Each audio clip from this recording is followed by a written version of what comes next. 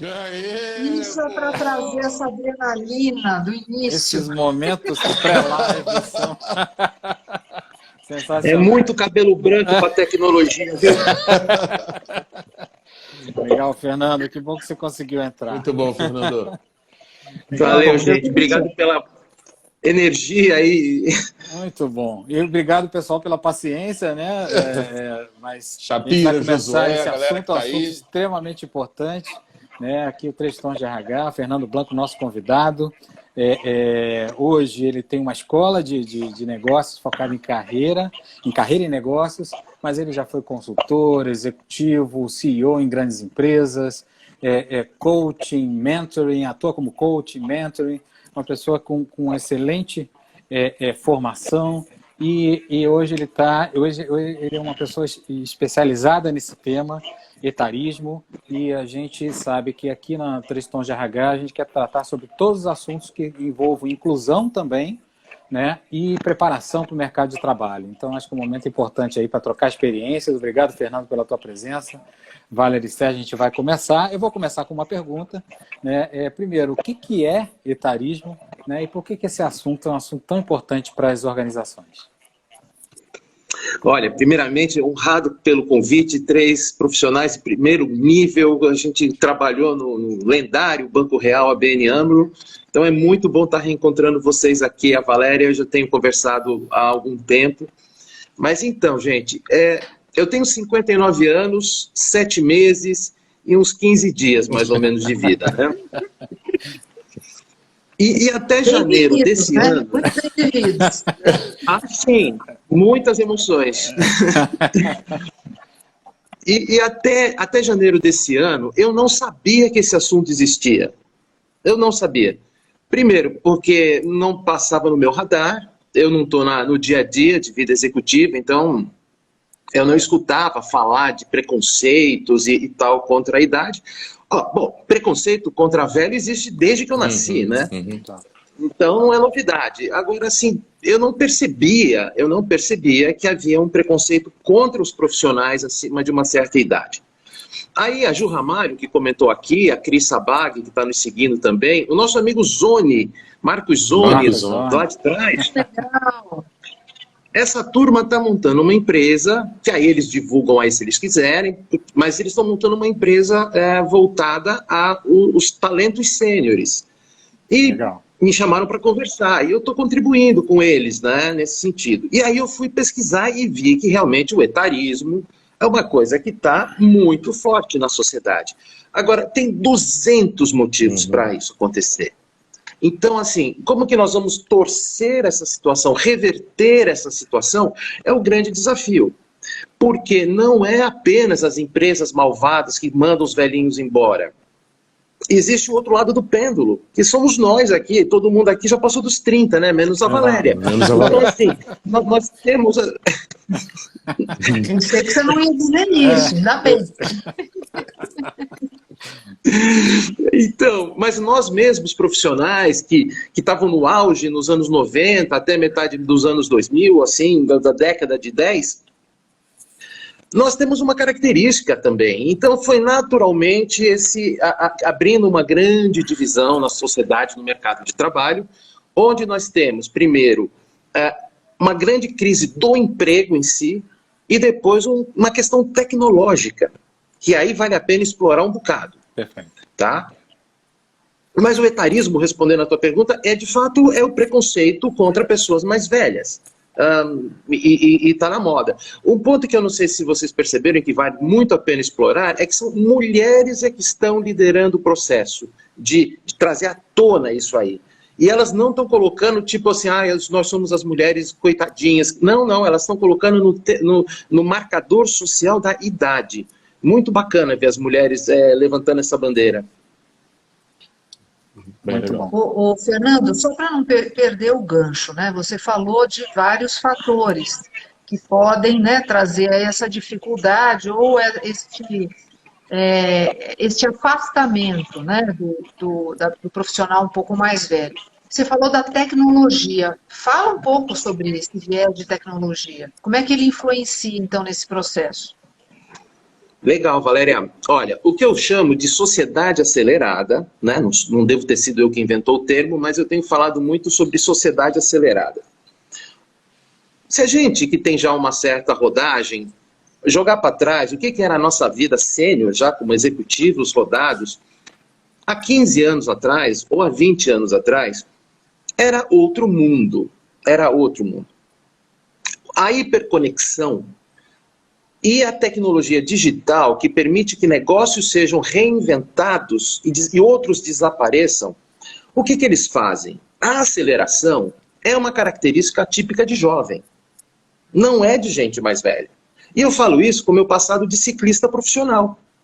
Eu aprendi a conviver com a minha idade, por isso que eu falei no começo que esse negócio de etarismo nunca me pegou, porque eu nunca me senti realmente mais velho.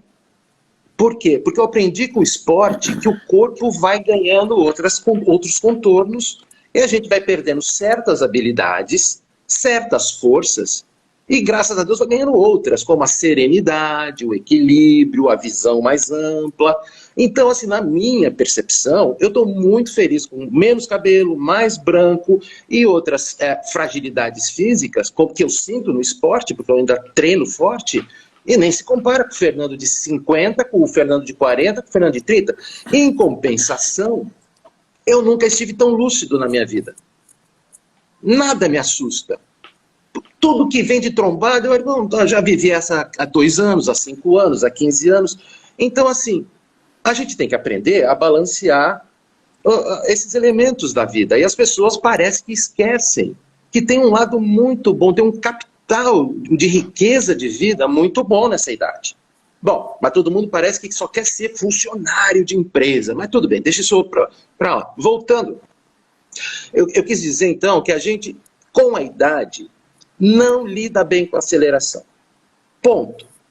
E nós criamos uma sociedade altamente acelerada, graças à tecnologia digital, que naturalmente foi dando força dentro das organizações para quem era mais jovem, multiconectado, entrava um assunto numa reunião, o sujeito de 50 levava 5 minutos para reagir, o moleque em 2 ele falava o triplo do que todo mundo sabia na mesa. Infelizmente, nós ainda, eu acho que a sociedade, assim, o mundo empresarial, ele ainda valoriza mais o conhecimento técnico do que o conhecimento soft, o hard versus o soft. Então, o melhor trader de um banco é o que é promovido para chefe dos traders. Bom, ele detesta a gente, ele gosta de ganhar dinheiro na mesa, e ele vira chefe. Então, ele deixa de ganhar dinheiro como trader e passa a ser um mau gestor, porque ele não gosta de seres humanos. Se gostasse, ele estava fazendo outra coisa. É a mesma coisa em outras áreas. Então, o garotão que é mais rápido e que sabe a última tecnologia, aí o que acontece? Este cara vira chefe, vai sendo promovido para posições de liderança, e os mais velhos começam a ficar à margem do processo, porque eles não são tão rápidos. E nunca seremos. Tem que aprender a conviver com isso. Mas nós temos outros valores, outras qualidades, né? Outras virtudes, e essas ainda não... E talvez esse debate que está nascendo hoje do etarismo seja uma boa embocadura para que se repense a coisa como um todo. Então, tecnologia, Valéria, resumindo, é o quê? É sociedade acelerada. E a aceleração não combina com gente mais velha, e aí acaba naturalmente havendo um afastamento. Aí você vai tendo outros desdobramentos, que as pessoas começam a ficar, digamos, marginalizadas. Então, o sujeito mais velho começa a ficar marginalizado, ele já entra inseguro em certos debates. Os jovens começam a olhar para ele assim, vovô que não acompanha tão bem, vamos explicar melhor para ele entender. Então você tem um processo que no fim da linha vira preconceito. Vira preconceito. Porque uma coisa a gente tem uma diferença de idade, de conhecimento e respeitar. Outra coisa é fazer uma coisa jocosa. Mas essa é a minha visão da coisa, sabe? A tecnologia não é a malvada da história, mas ela criou as condições para que este fenômeno acontecesse. E você não está falando só da tecnologia enquanto ferramenta, né? Você está falando de um modo todo de pensar, de encarar o trabalho, de encarar decisões que é diferente. né? Quando você vai amadurecendo aí enquanto profissional. É isso que você está falando, né? Não é só o uso, novamente, de ferramentas, né, mais diferenciadas. Você está falando da forma de pensar, não é? Agora, Exatamente. desculpa, eu sei que o Sérgio quer fazer uma pergunta, eu só quero pegar aqui um gancho. Você fala muito, na sua fala, traz para mim, olha, tem a empresa que prefere, tem a empresa que coloca, tem o preconceito, parece sempre de fora, né? E qual é o papel que a gente tem nessa história toda, né? Porque se eu tiver interesse em me aprimorar ou ter um pensamento que pode ser mais ágil, pode ser mais moderno, né, mais digital, eu não vou conseguir, é impossível. Eu posso também defender um lugar diferente, né, ao invés de aceitar o lugar que eu sou colocada. Como é que funciona também a parte do protagonismo aí do outro lado? Perfeito, excelente. Olha só, nesse processo o outro lado do preconceito, ou vamos chamar assim, o outro lado da moeda do preconceito é a insegurança ou a acomodação. O que a gente está vendo ao longo dos anos? Se o sujeito não é muito seguro de si, das suas virtudes, das suas fortalezas, quando ele se depara com garotos falando muito rápido, você se defende, é humano. Você bloqueia, você começa a achar que eles estão errados, eles não sabem como é a vida. Então, a turma mais velha que se torna reativa e começa a querer brigar contra o novo, e não só o novo pessoa, o novo ambiente, ele se destrói. Ele é visto como uma pessoa que não quer crescer. Seria muito melhor se o profissional dissesse: eu não entendi, me explica de novo, ou vou trabalhar para aprender. É natural isso. Então, assim, buscar o protagonismo é o que a gente prega, lógico. O problema, turma, é que o terror que causa certos ambientes acabam criando um certo terror para quem é mais velho e entra em discussões onde ele não está por dentro, está realmente por fora, aí se sente inseguro, porque ele diz: pô, eu sou mais velho, eu devia de saber mais. E aí eu pego um gancho, que é uma visão que eu desenvolvi, que eu não vi ninguém falando a respeito, que é o seguinte. Pensa quando nós éramos... Eu sou mais velho que vocês, mas pensam todos nós quando éramos trainees. E a gente olhava para cima e tinha um diretor. Aquele cara tinha 60 anos de idade, pelo menos, e nós 20 e poucos. O gap de conhecimento era boçal, né? Porque antes da internet, a gente aprendia virando a folhinha, né? Cada vez que fazia aniversário, você tinha acumulado mais conhecimento.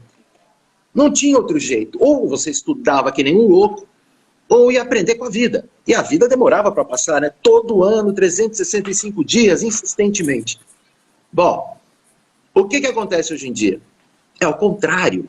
O hiperconectado, ele captura muito mais informação.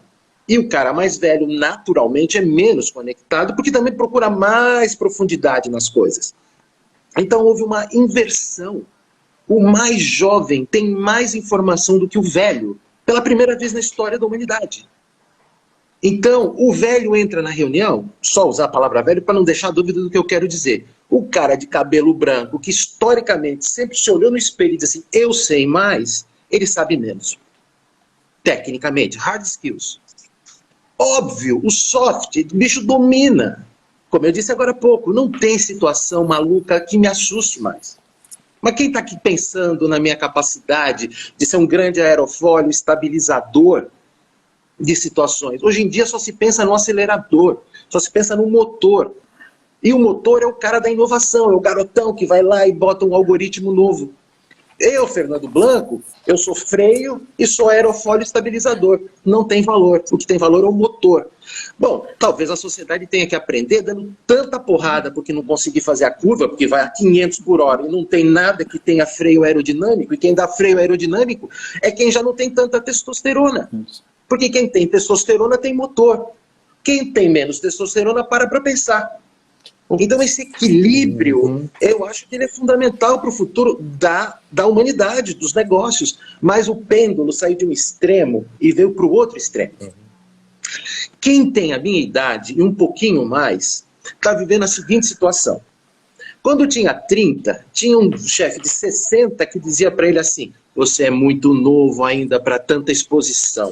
Você não vai nessa reunião, nesse comitê. Eu ouvi. Você não vai nesse comitê porque o pau vai quebrar e você é meio jovem ainda para isso. Agora, aos 60, tem um chefe de 30 que diz assim: você é meio velho para isso, então acho que eu não vou te contratar.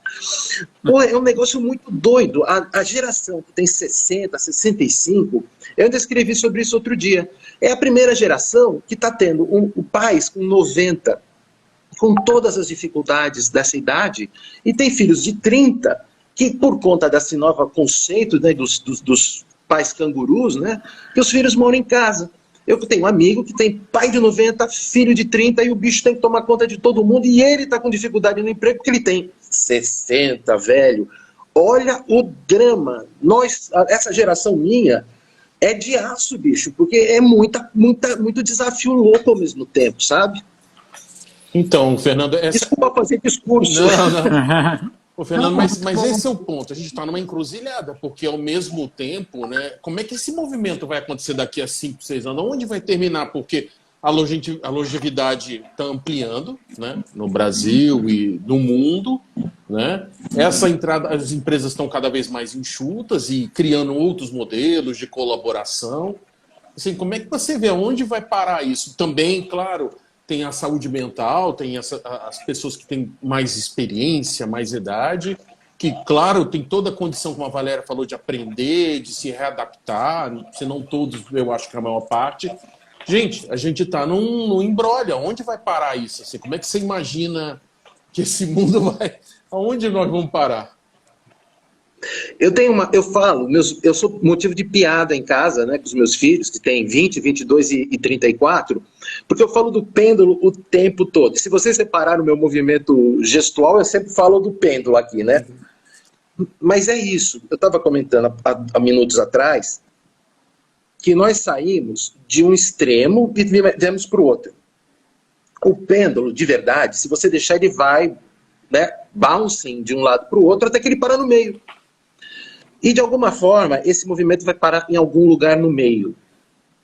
Mas demora, porque isso é um processo, né?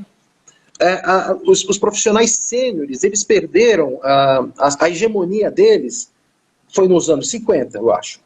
O capitalismo explodiu, e quando você vê filmes, vê fotos de revista, é tudo gente bastante. Quer dizer, eles nem eram tão velhos, porque naquela época se morria jovem. Mas eles tinham 55 anos de idade, 60, pareciam velhinhos, né? Torno gravata, aquela postura sóbria, né? Desde então, vem caindo a idade média dos CEOs, dos diretores, até que está nessa sociedade que a gente conhece hoje, que também tem uma falsa impressão. Por quê? Nós aqui, eu acho que nós somos muito influenciados pela visão Faria Lima, pela visão Vila Olímpia do mundo. Empresas de serviço, tecnologia, mercado financeiro. Onde eu moro, hoje eu estou em Santos, visitando minha mãe, que mora sozinha, viúva. Eu moro em São Roque. Gente, aquele lugar em que o povo é conservador, o que o povo é tradicionalista, cabeça não é de jovenzinho, não. É o coroa que manda. É o patriarcado ainda. E aí tem uma discussão sobre machismo, porque também o interior é tradicionalista nesse sentido. Nós temos essa visão, São Paulo, centro financeiro, centro de inovação. Então a gente vê os caras da XP, o garotão lá de 40 anos de idade, tem 3 jatinhos, fala pelos cotovelos. Ele é exceção, ele não é a regra. Ele não é a regra. Agora, quem está em São Paulo, que desenvolveu carreira no mercado financeiro e que quer voltar para o mercado financeiro porque saiu por qualquer motivo, não nesta encarnação. Não nesta encarnação, porque este subconjunto da sociedade está valorizando demais o motor o motor que nós entregamos, não o freio aerodinâmico. Perfeito. Bom, conforme eu disse, esse pêndulo vai se ajustar provavelmente na pancada, porque vão errar, vão perder dinheiro E quando perderem muito dinheiro, vão entender que, pô, cadê o cabelo branco? Quem sabe lidar com crise? Gente, eu acho que eu sou um profissional que deveria ter uma fila de empresários me procurando. É difícil achar hoje no mercado quem tenha vivido tantas crises na cadeira de gestor de riscos como eu. Antes de ser diretor comercial, eu fiz uma carreira toda em crédito e riscos. E relacionado com matriz, explicando perdas no Brasil, como reverte. Ninguém procura. Eles procuram um cara que tem certificação do IBGC, certificação do Instituto dos Auditores, certificação em compliance, só modernidadezinha. O garotão entra na internet, em meia hora ele varre isso, sabe todas as leis, códigos, chega a crise, vai pro banheiro, apavorado, porque não sabe o que faz com aquilo. Todo mundo louco dentro da organização, vamos quebrar, e ninguém para e você, opa, calma, já passei por isso 18 vezes, não vai quebrar, calma, respira, vamos ver o que a gente faz. É o freio, é o cara que tem a capacidade de chamar, acalmar, e vamos lá, vamos discutir juntos qual é o caminho. Lá atrás, o velhote, presidente, não chamava para conversar, ele impunha regras, era uma sociedade muito mais autoritária. Hoje, se o cara é autoritário, é jogado para fora. Por outro lado, fica um monte de júnior batendo cabeça, não sabe para onde vai, porque são jovens demais. Então, eu acho que nós vamos ter o problema da perda. É na dor que vão aprender, que precisam de gente mais experiente, montando times intergeracionais, o que é outra conversa complicada. Legal. Deixa eu te fazer uma pergunta, Fernando. Claro que quando a gente olha, né, o profissional com mais idade dentro de uma empresa, com seu emprego fixo, CLT, acostumado a receber o salário, o bônus talvez, né, todo final do mês, ele começa a pensar, começa a envelhecer e ele imagina que a atividade dele mais velho seria semelhante, né, em qualquer empresa que ele fosse trabalhar, né? Na verdade, a pergunta que eu quero fazer para você é assim, a pessoa que está envelhecendo agora, ela tem que se restringir a uma função fixa ou ela tem que se preparar, né, para esse processo, como você está falando, né, de repente dar algum tipo de orientação, consultoria? Como é que é isso? Como é que você vê esse caminho, né, que um profissional hoje que já está chegando na sua idade, né, próximo aos 60, como é que ele tem que atuar? Olha, eu ouvi há uns 3 anos atrás, um ex-colega nosso também, o Carlos Braga, que trabalhou com a gente lá no banco. Carlos Braga, uma vez tomando um café comigo, ele falou assim, Fernando, eu estou fazendo o que se chama hoje em dia de portfólio.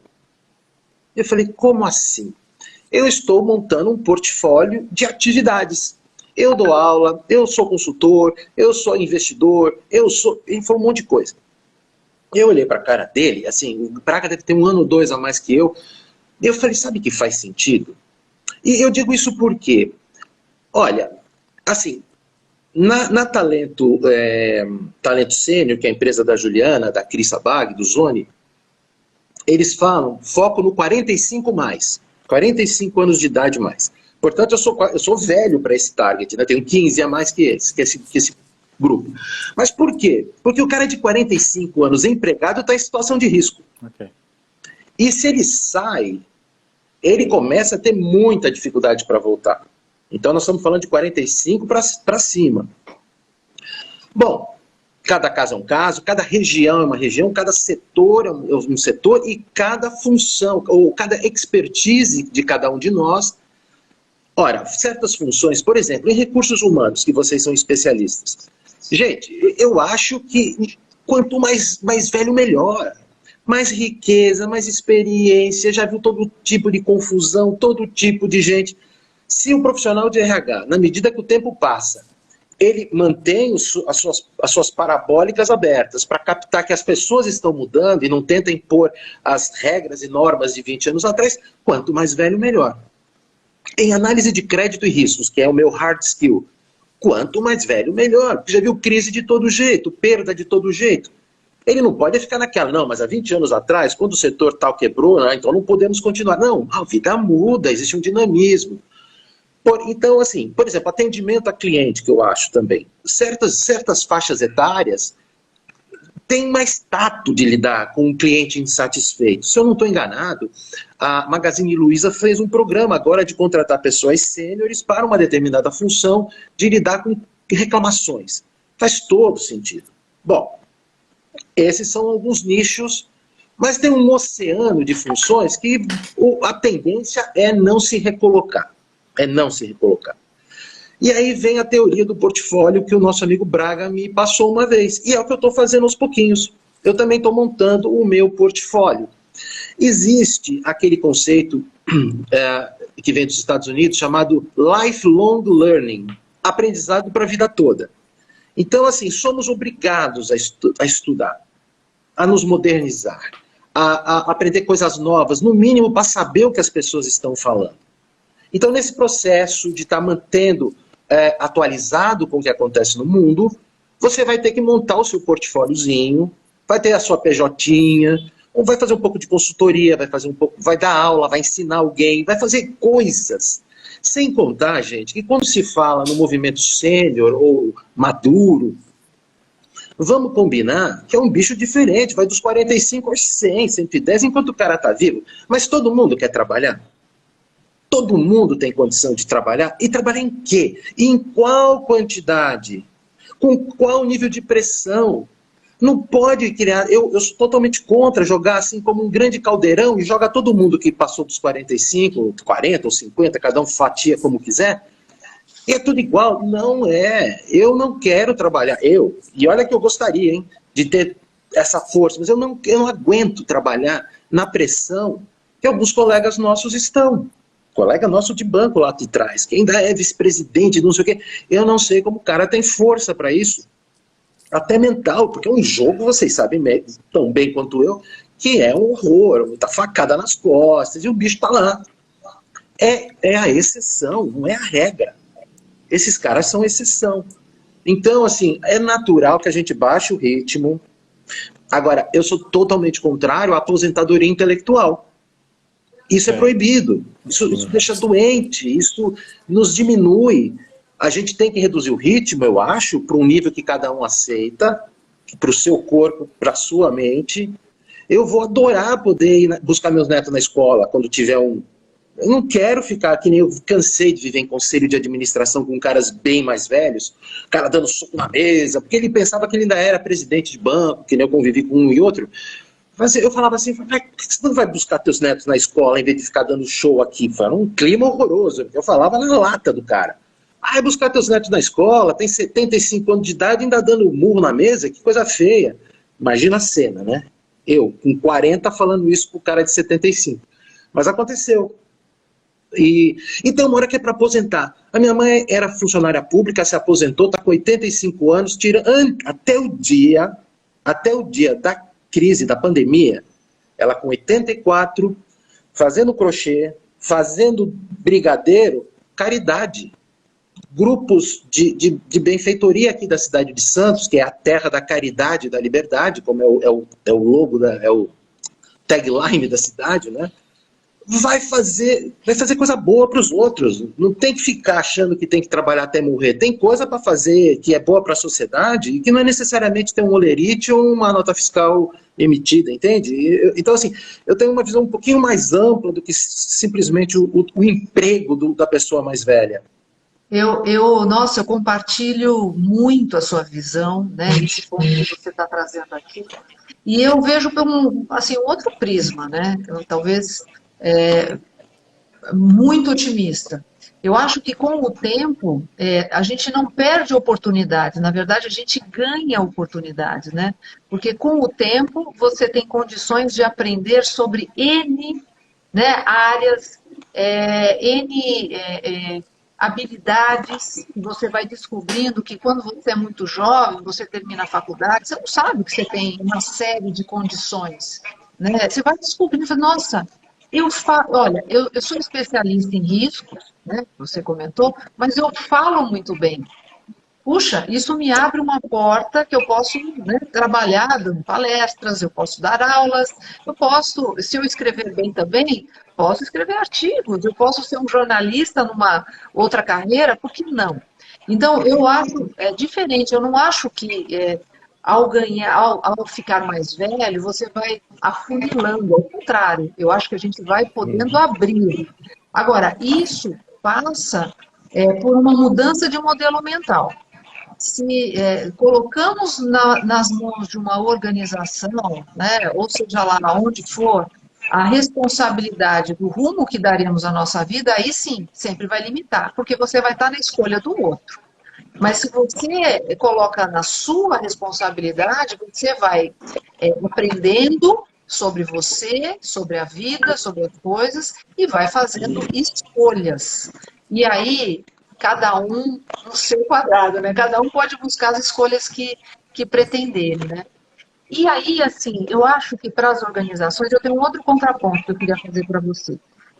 Nessa crise que nós vivemos, né, desde o ano passado, com essa questão de saúde, que trouxe uma série de desafios de repente para as organizações, o que eu observei?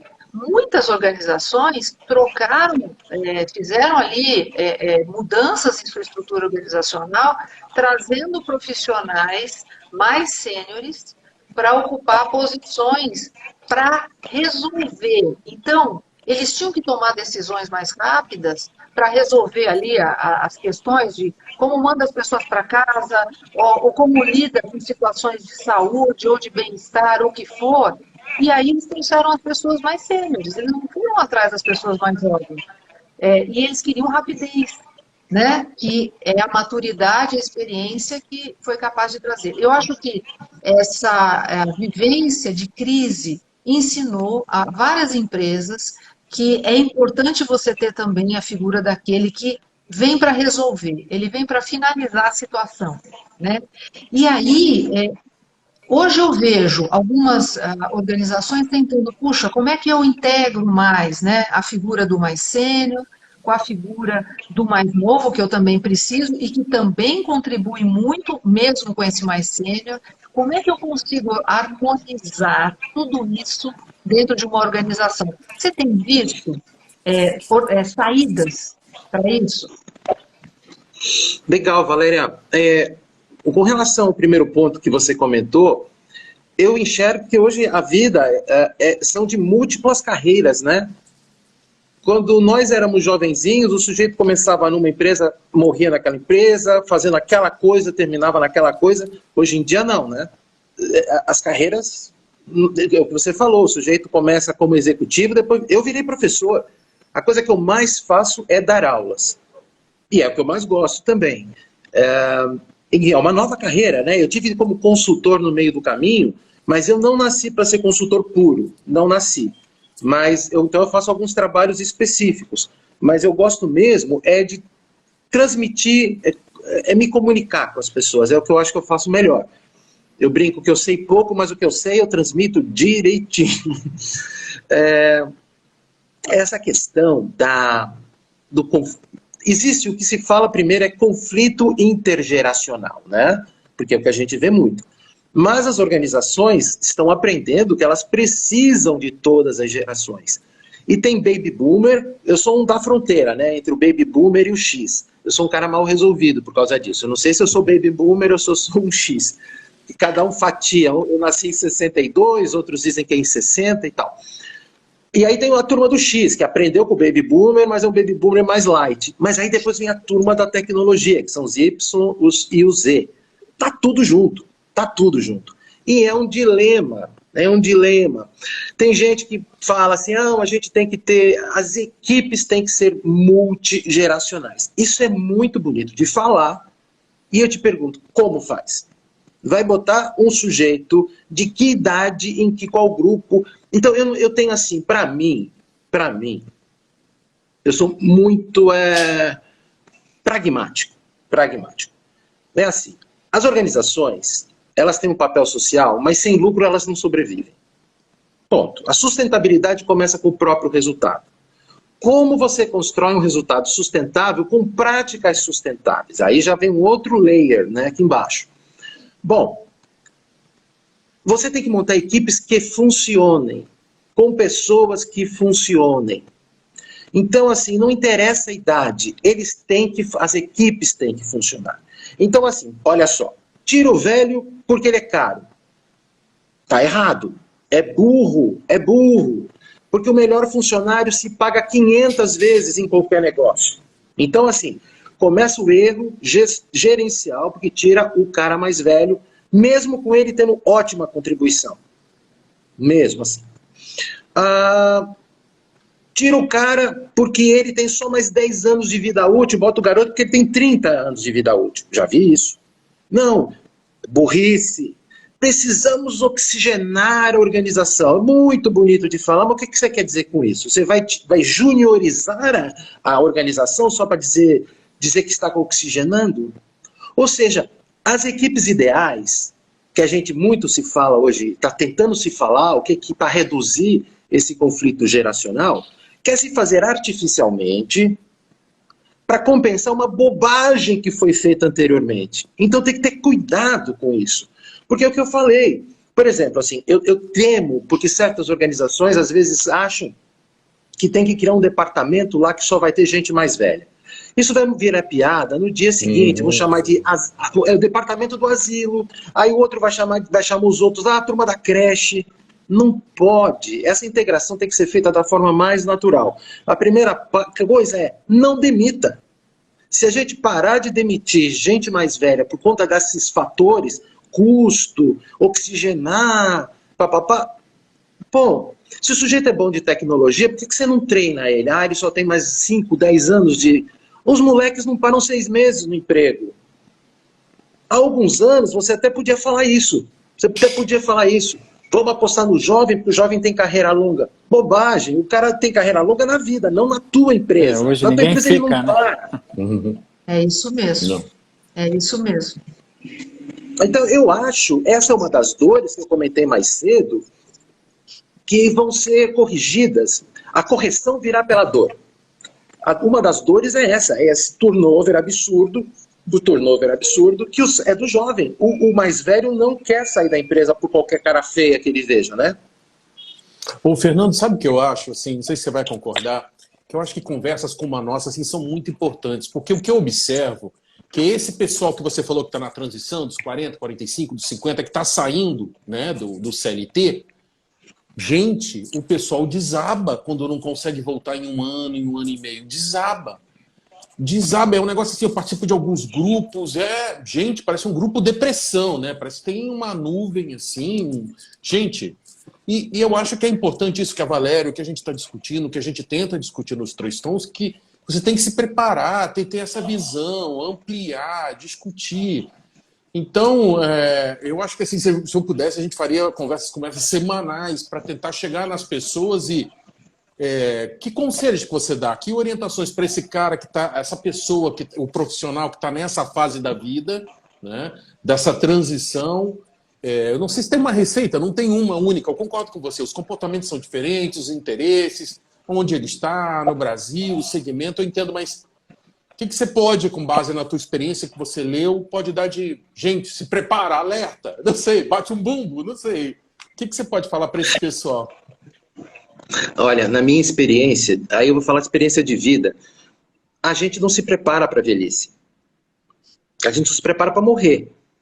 Aqui todo mundo, talvez seja do ser humano, não sei se é do brasileiro, não sei se é da nossa classe social, eu não sei, mas o ser humano, ele não se prepara, ele se recusa a aceitar que a vida é uma curva normal. Nascemos de fralda e morreremos de fralda. E tem que entender isso. Tem que entender o ciclo da vida. Quando você entende o ciclo da vida, você vai entender mais facilmente o ciclo da carreira, que é a mesma coisa. Novamente, quando eu vejo altos executivos batendo na mesa, ou dando entrevista, e se achando o rei da cocada, eu falei, filho, que bobagem. Você vai pro mesmo buraco. Eu uso muito a expressão da caixa do jogo de xadrez, que as peças brancas e pretas vão pro mesmo lugar depois, isso vale pro racismo, é a mesma coisa. Se a gente tem noção de que tudo acaba, a vida é finita, a carreira também é. Ninguém morre presidente, CEO, membro do conselho de administração de não sei aonde, é tudo bobagem. Então, assim, é preciso ter noção da finitude das carreiras como nós conhecemos. Nós vamos ter outras carreiras. Então, voltando ao ponto da Valéria. Você vai aprender outras coisas, você vai descobrir outros talentos. Então, eu acho que eu faço mentoring, que eu faço um bicho que mistura mentoring com coaching e com aula. Então, assim, as poucas coisas que eu sei, eu ensino mesmo, mas eu trato com os elementos de coaching e de mentoring algumas pessoas. E é impressionante, gente de todas as idades. Aí não estamos falando só dos caras de 50, mas tem de 30 que está perdido já. Então, o ponto é esse. Eu acho que nós temos que, talvez isso que você falou, da gente ter várias conversas, é ter grupo, não vou chamar de grupo de apoio, que é um pouco demais, mas alguma coisa de um ambiente onde a gente possa mostrar para as pessoas que existe vida depois da cadeira de chefe, existe vida depois da CLT, e você pode ser muito mais realizado. Pô, eu já tive meus dias de glória, de aparecer na Globo News, de aparecer em capa de jornal. Eu nunca pensei nisso, eu sou filho de funcionário público de Santos, fui parar em São Paulo, fui moído por aquela máquina de mercado financeiro e dei certo. Durei? Não. Se eu contar a minha vida, eu tive uma depressão, gente, eu nunca falei isso pra ninguém, então vou falando de público aqui. Depressão que me jogou na cama, 10 anos. Perdi todo o dinheiro que eu tinha ganhado. Eu me reencontrei fazendo isso aqui, escrevendo, 25 leis, mas estou feliz da vida. Se eu conseguir ajudar cumprir meu papel nessa terra. Agora, o que adianta você achar que vai morrer naquela cadeira maravilhosa? Não vai.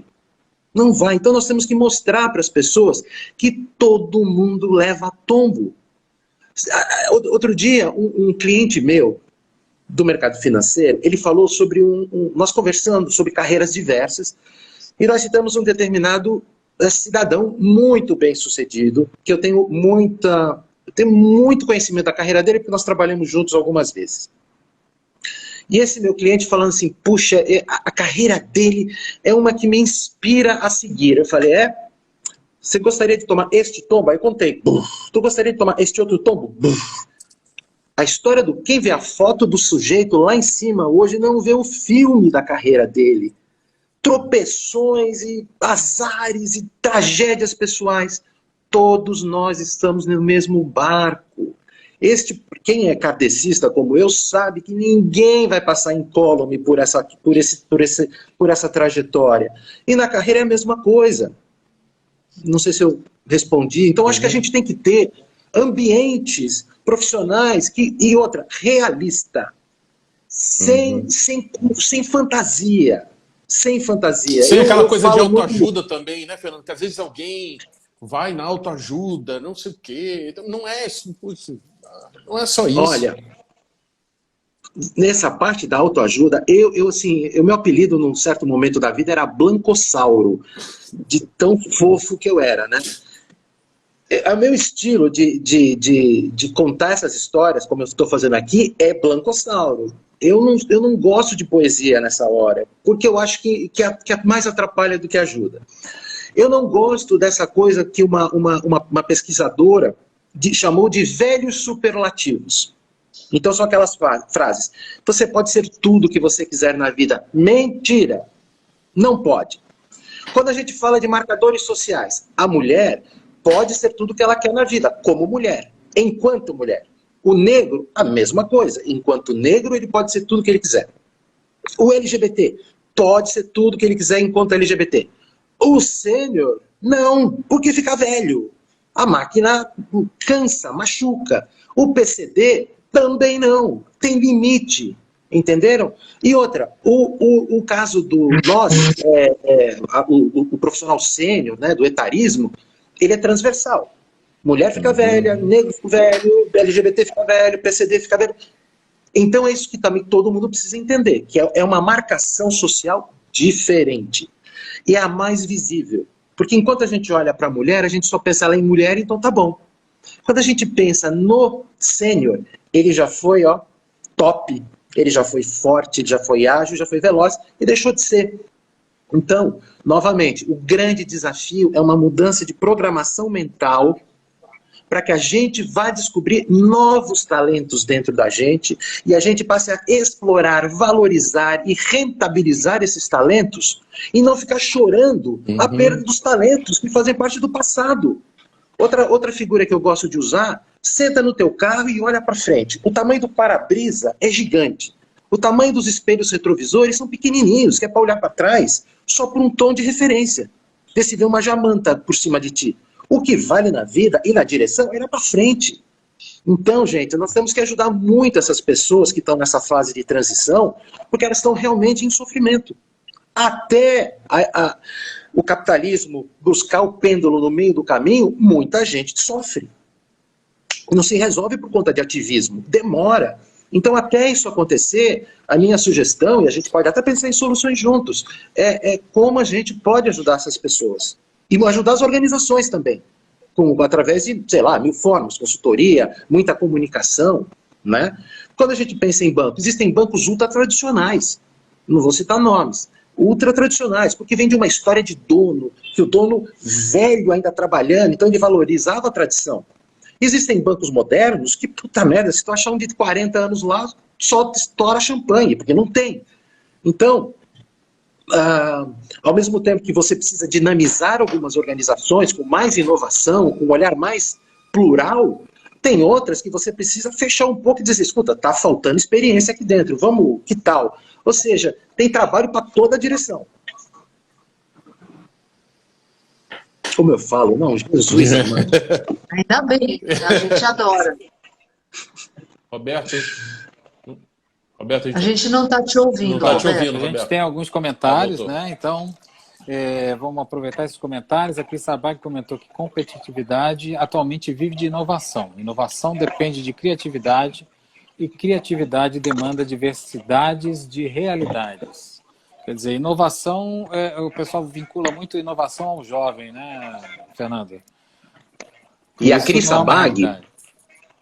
Não, a Cris Sabag é uma especialista no assunto. Ela fez um mestrado na FGV focado nesse tema, e ela vem de tecnologia, ela é do ramo.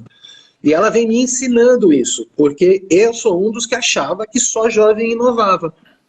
Eu sempre me vi como um cara, isso quando eu liderei equipes e tal, e eu sempre fui tarado por inovação. Mas, pô, eu tenho dificuldade de entrar no Instagram, imagina, né? Mas eu sempre fui assim de forçar mesmo as equipes a serem inovadoras. Mas ela traz esse ponto que ela fala muito também, que como uma empresa... Veja, vamos lá. Se você fatiar a sociedade, assim, a sociedade consumidora, né, tem um bocado, assim, quem tem mais de 45, 50, 60 anos, tem um volume de renda disponível para consumo monstruoso, né? Só que a comunicação empresarial não foi feita para gente, para mim. Eu não vejo cara de cabelo branco. Eu só vejo garotão, garotona, bonitão e tal e coisa. Parece que quem toma cerveja no verão é só mulher de bunda grande, porque é o que aparece na propaganda de TV. É ridículo isso, né? É uma sociedade torta, porque tem que ter a mulher pelada para vender cerveja. Ou seja, tem coisa para melhorar nisso. Então, assim, ela fala, e com razão, que as empresas, se elas não têm o olhar, de gente mais velha, de gente de outras raças, de gente de outras... tem que ter de tudo aquele... Os gays, por exemplo, né, é sabido que tem um poder de consumo monstruoso. Monstruoso. Aos poucos a gente vai vendo casais gays na propaganda. É importante. Gente muito mais velha tem ataque quando vê isso. A minha mãe, que não me ouça aqui, ela, ai, que pouca vergonha. Isso é passado. O futuro é uma sociedade plural. E está faltando botar os cabelinhos brancos nas propagandas. O Chapira tá falando que cabelo branco só no comercial de Viagra e convênio médico. Tinha que ser o Chapira.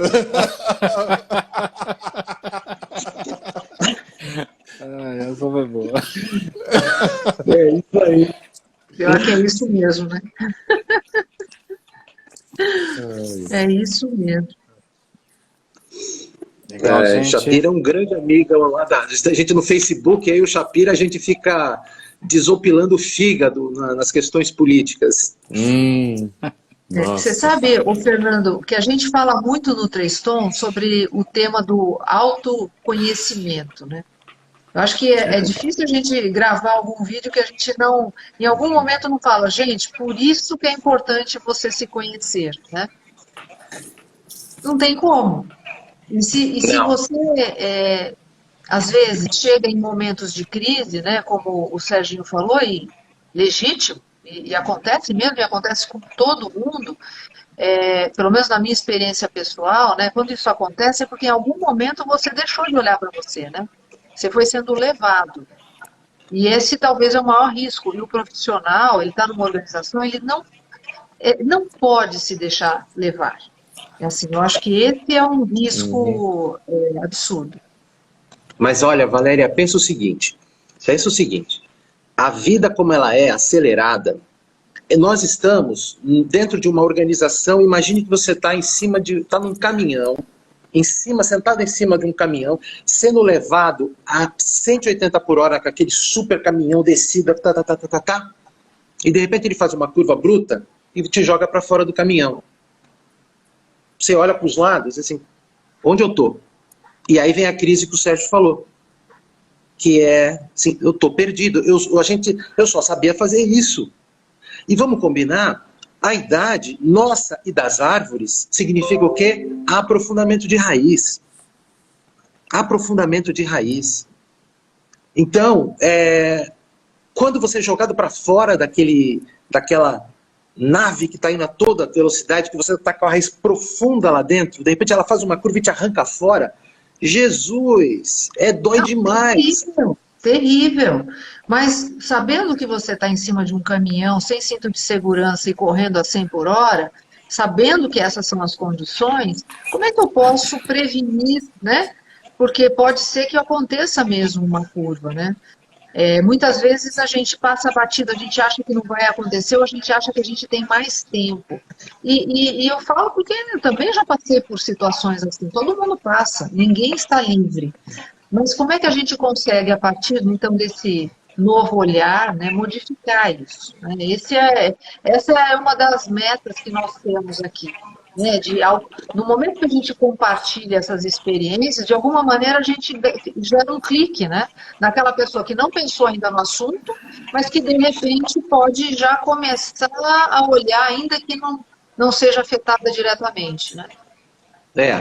Exatamente. Comunicação. Eu sou, assim, um fã da comunicação. Eu acho que guerras começam por má comunicação, ou comunicação truncada, ou propositalmente até. E comunicar ambientes como esse, o que a gente vem fazendo, o que as empresas como a Talento Sênior quer fazer, porque a gente precisa educar as pessoas da curva da vida profissional. Ela é diferente, ela guarda uma semelhança com uma curva normal, a gente cresce, depois decresce, mas decresce no cargo de empresa, a gente não decresce intelectualmente. Até o dia que resolva parar de vez, porque aí sim, a idade até cognitiva impacta. Mas até o cognitivo impactar, a gente tem uma vida útil que está sendo perdida, sendo jogada fora por crise. Então a gente precisa bater esse bumbo. Eu acho que as empresas poderiam também abrir espaço para esse tipo de comunicação. Tudo bem, é um assunto delicado, porque você chega numa empresa para falar de etarismo, uma coisa é falar, não sejam preconceituosos. Outra coisa é falar assim, olha, um dia a tua hora vai chegar, hein? Fica esperto. O cara acha que, foi chamado para reunião por causa daquilo, né? Fernando, a gente fala muito da direção, né? O mais sênior, o mais experiente para o mais jovem. E o caminho inverso? O que você recomenda para quem hoje é sênior e que conhece bem do riscado, né? Nada de braçada, né? Mas ele precisa entender realidades completamente diferentes. O que você sugere, né, para a pessoa nesse aspecto? Roberto, pensa assim. Primeiro, que quem assumiu posição de comando, pelo menos da minha geração, não foi treinado para dar passo para trás. E precisa aprender a dar. E eu sou mentor de diretor. Eu sou o quê?